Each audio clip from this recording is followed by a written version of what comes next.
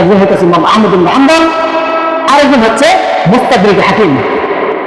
এই দুইজন লোক আল্লাহ রাসূলের সমস্ত হাদিস মুখস্থ করেছেন। বুখারী শরীফের হাদিস আছে মাত্র ৭,৩৩৫ জন। আর মুসনাদ আহমদের ভিতরে ইমাম আহমদ ইবনে হাম্বল যে হাদিসের কিতাব লেখছেন ৪০,০০০ হাদিস আছে। কত বড় একজন মুহাদ্দিস! জীবনের শেষ বয়সে হাদিস সংগ্রহ করার জন্য বাস রওনা দিলেন।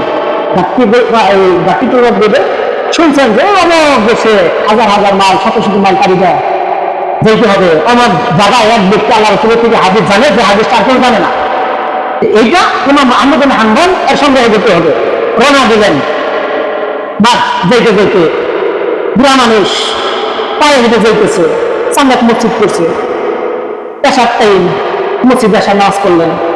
করার পর উনি এখন রাত্রিবেলায় কোথায় যাবেন উনি নিয়োগ করেন ওই মসজিদে থেকে যাবেন। বাস উনি ওনার চাকরির থেকে কাঁথা বা কম্বল বের করে বাস থাকার জন্য একটা প্রস্তুতি নিতেছেন।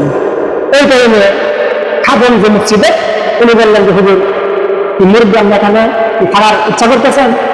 যে হ্যাঁ, কেন থাকা যাবেন? এখন থাকা যাবেন না, এখানে থাকার আর অনুমতি নেই, আমি এখন তালা দিয়ে বেরিয়ে যাবো, আপনি চলে যান। উনি বললেন যে আমি এসা পর্যন্ত আমি তো এখন বুড়া মানুষ, কোথায় যাবো? আমি ফজর হলে মুসলিম, এখন ফজর নামাজ পড়ে যাবো।